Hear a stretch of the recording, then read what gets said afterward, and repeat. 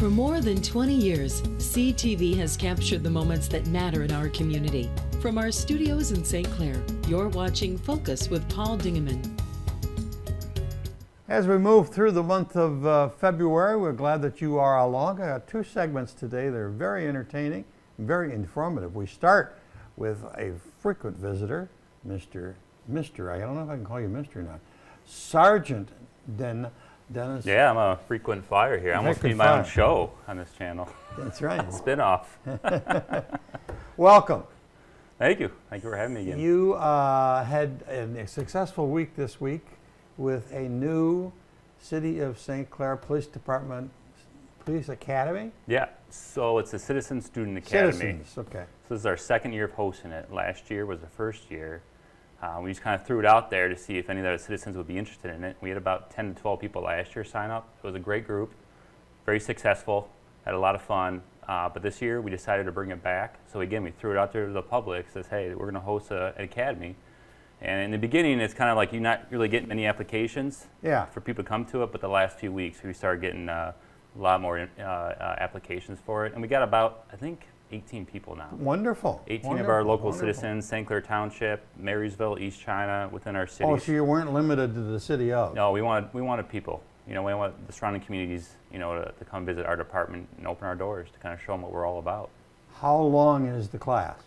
It goes from 6 p.m. to 9 p.m. on Tuesdays. And I really got to thank these people, these 18 people who signed up, because, you know, it's on a Tuesday. Yeah. So these people probably have kids and a full-time job, right. You know, and the last thing they want to do is leave their full-time job at 4 or 5, go home for an hour, and come here for 3 hours. And then how many weeks? It's going to be 10 weeks. So I really appreciate, that's a commitment. I really appreciate these people coming in here, spend their time, you know, and we kind of feel obligated to give them a, you know, a really good lecture, good presentations, bring in good speakers, guest speakers for them to hear.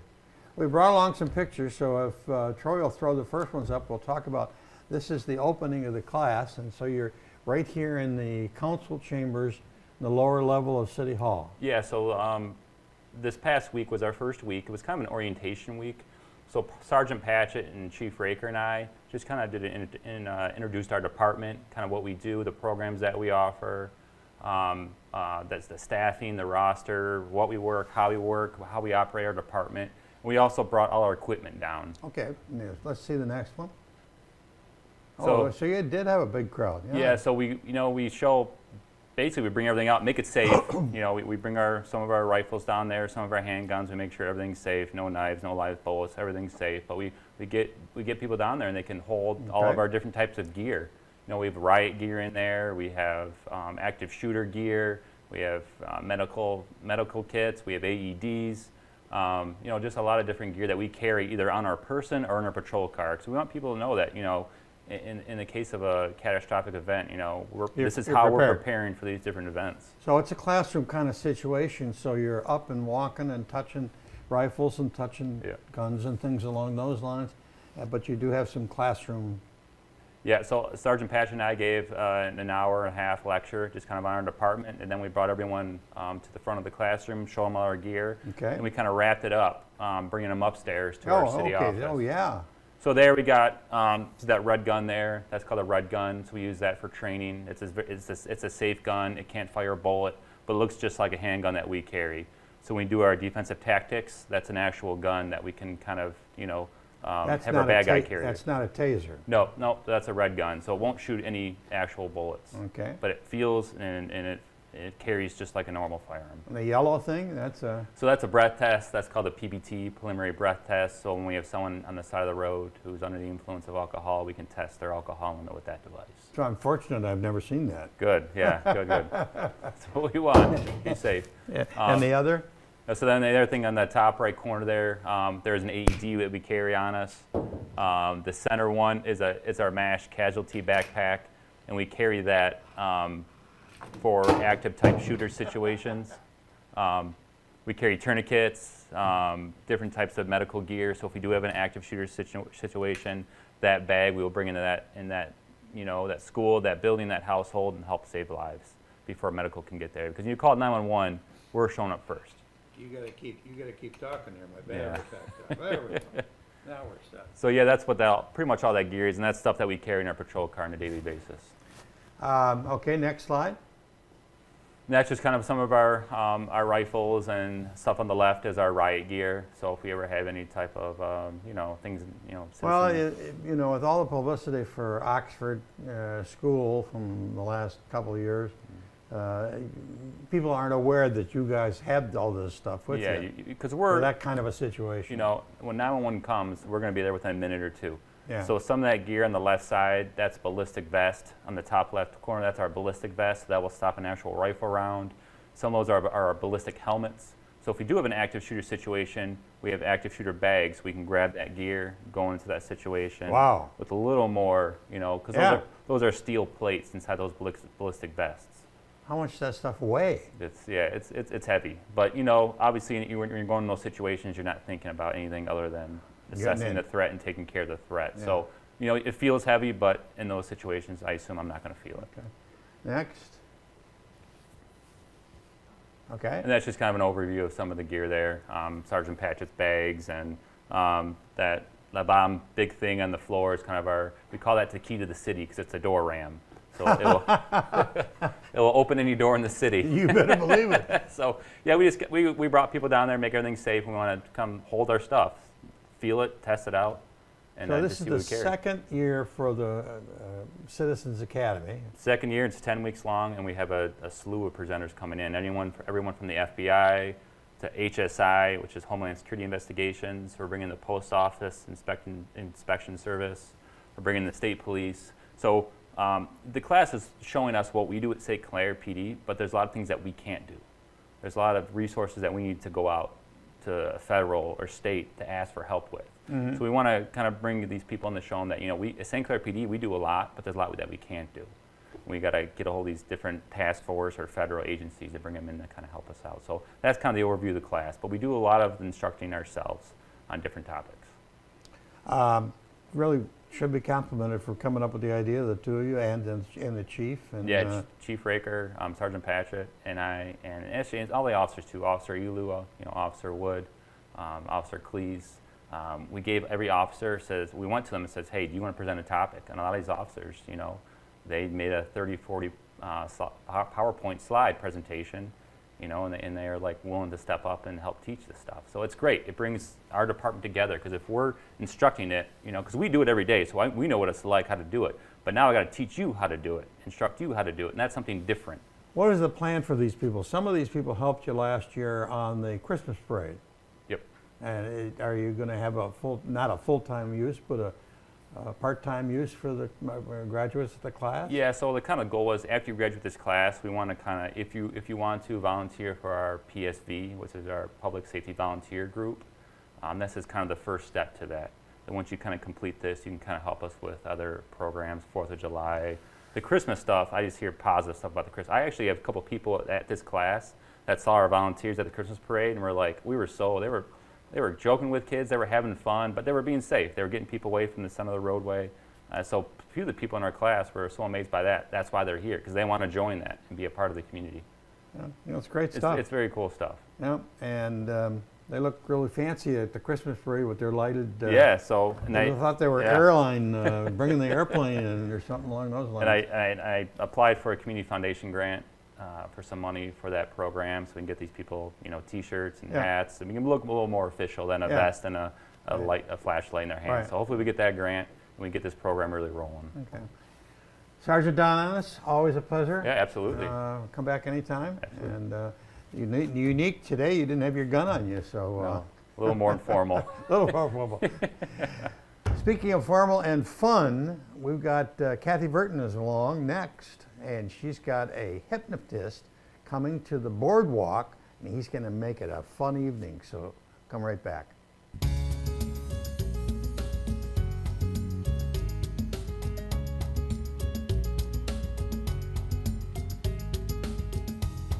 Well, there's lots of excitement in St. Clair and in Marine City right now, and a lady by the name of Kathy Vertin is along to tell us all about that excitement. Hello, Paul. Good to be here. Good Thank to have you for this coming. excitement. Yeah, it really is. You and I have talked for a long number of years about theater and about things that are happening in Marine City, now in St. Clair. Yeah. You got a couple things going in both venues, both cities right now. Let's start with We do. Boardwalk. This Let's is our start. 12th season. You and I have been doing this for 12 years. Amazing, amazing. I know. Bonnie and Clyde, talk to me about that. That opened last weekend, and it's phenomenal. I just, people are kind of taken aback. They're like, how can something as dark as bank robbers who die horrifically, you know, how can that be a musical? Right, right. But it really is a lot of fun. I mean, these were iconic characters.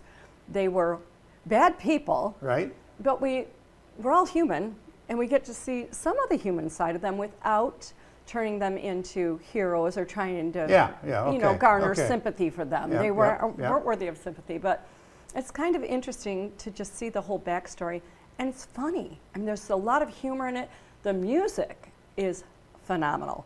It's bluesy. It's got a country sound. It's just really and I understand fun. It's a live band. It's a live band, and the cast. I mean, I don't want to toot. I'm not tooting our own horn here, but well, they came and tooted their own. Oh, one of the hardest things to do is to cast a show and get all the right people in all the right roles. Mm-hmm. And I swear we've done it with this. Every single person on that stage is just absolutely what we would have wanted for that character. Bonnie and Clyde were here, and they did a song for us, which was great. But they're such a cute couple themselves, they have let alone the roles they're playing. And they have the best chemistry on stage. They're both just phenomenal actors. I mean, they did a great job. Okay. So we opened last weekend. It's taken off now. A lot of the word of mouth starts because people left the theater very happy. Yeah. So I hope it runs through March 10th. I hope more people come out to take a look at it because I think they'll just have a great time. Well, we'll recommend that. Yes, and but now you've got something. You got the boardwalk is sitting empty. Complete opposite side of the spectrum. We've got Brad, comedy hypnotist, coming, which is kind of crazy sounding, but he's really funny, and he doesn't use plants or he doesn't bring his own actors. Okay. He pulls people we know out of the audience, and he's gonna. I mean, this could be your neighbor on stage. So. And he hypnotizes them? Yes. I'm like, okay. Yes, he hypnotizes them and gets them to just do fun things. He doesn't humiliate anyone, and it's not, you know, the goal isn't to be crude or anything like that. It's funny. I mean, it's just genuinely a fun got him on time. the monitors there, and it's an adult audience. Yeah. And an adult show. But these people don't look like they're hypnotized at this point. But maybe they are. Yeah, maybe. And because he just gets them to do some really fun. But it's a fun, different. It's a totally different kind of entertainment. It is. Every clip that I watched of him, the audience is just roaring and having a great time. And of course, we've got Hamlin Pub handling our concessions, so they'll be slinging cocktails in the lobby, and that's always fun. That's right. That helps the humor. Well, and this time of year, you know, it's February 16th. We're doing this at 7:30 p.m. And this time of year, it gets a little bit dull here in Michigan. So, you know, we try to do things to liven things up. And like you said, it's difficult for us right now to have productions at all three venues. Right. So we're kind of trying, you know, this is our first year with the new venue online. So we're trying to balance it by doing shows down at Riverbank, shows up at Boardwalk, and then filling in between, because I don't want it to sit empty. Well, we fill in with stuff like this. The Boardwalk is in rehearsals for the next play, right? We are. The next one is Wizard of Oz. So you've got only 1 or 2 open nights. Yeah, you're right. We've got, tonight are the callbacks for Wizard of Oz, which that's our next big one that opens end of March at the Boardwalk. So you're absolutely right. We've got all this time that we're rehearsing, getting ready to open that show, what Bonnie and Clyde is running. But in between, when we can throw in musical entertainment or comedy entertainment or something really off the wall like a hypnotist. Yeah, that is off the wall. It is. You had one last fall, a performance of Dave, and Dave Bennett. Oh, he's phenomenal. He's coming back this September. Well, I was jealous because I was across the street on the steps of the church, the Conroe Church, doing the play-by-play of the high school parade because the road 90 was cut up. And I could see the people going in to see Dave, and I wanted to be there because I've known him for numbers of years, and he's just a great entertainer. He You is. going to have him back? He is. He's coming back in September. He's Oh, one great. of the best entertainers I've ever seen. I mean, and each time he brings a new show. All right. So he's just really fun. So we're excited about that. We're talking to Barbara Payton. She's Okay. actually from Port Huron, but she toured with Bob Seger for years. Oh, my. And of course, Seeger's not touring anymore, and Barbara has put together her own show. So we're Was looking she to one get of the her in. backup singers? For Yeah, yeah. Okay. Yeah, she's phenomenal. Just so talented. Yeah. So we're looking to have her come in and do a concert and just things like that, to fill Yeah. the space in between, because it's a beautiful venue. Yeah. We don't like to see it sit dormant. No. Neither does the public. I know. They want to keep So public. All right, so let's review. We've got Boardwalk, we got, Bonnie and Clyde, Yeah. going through March the 10th at Riverbank Yes. Theater, appropriately yeah, the placed. bank robbers. Bank robbers. And then Brad coming up on the 16th. There it is. 16th at 7:30. 30 bucks. 30 bucks is not bad. No, And nice starts little. at 7:30. Yep, good evening out. And then we're getting ready for Wizard of Oz, and those tickets are already on sale as well. And they're selling fast. So yeah, all of the tickets are available at thumbcoasttheaters.com. So we went with Thumb Coast Theaters Yeah. because of our location, and it was a good way to just put all three venues under one heading and one landing page, and whatever you want to book, you can find there. I heard a woman by the name of Kathy Vertin mention Thumb Coast about 5 years ago when she was Yeah. talking to public relations people about Algonac to Bad Axe. That's the Thumb Coast. Yeah, all and the way up to that's- Lexington, you can brand us. Yeah. Because it is. And people, well, my argument has always been people know where that is. Yeah. But you can go to Europe and they know where the thumb is on Michigan. And we have our own emoticon, Yeah, right, that's right. a little emoji. All right, so that's what you got coming up for the Thumb Coast Theaters. We encourage you to get involved. If you haven't been to the Boardwalk, here's an opportunity for you to go and see a little humor or wait for Wizard of the Oz, but all three of the theaters are great. That's about it for this edition of the Focus program. Thanks very much for tuning in. Till next time, I'm Paul Dingeman. See you soon. Thanks for watching Focus with Paul Dingeman. Focus is produced at the CTV Community Television Studios in St. Clair. For over 20 years, CTV has captured the moments that matter to our community.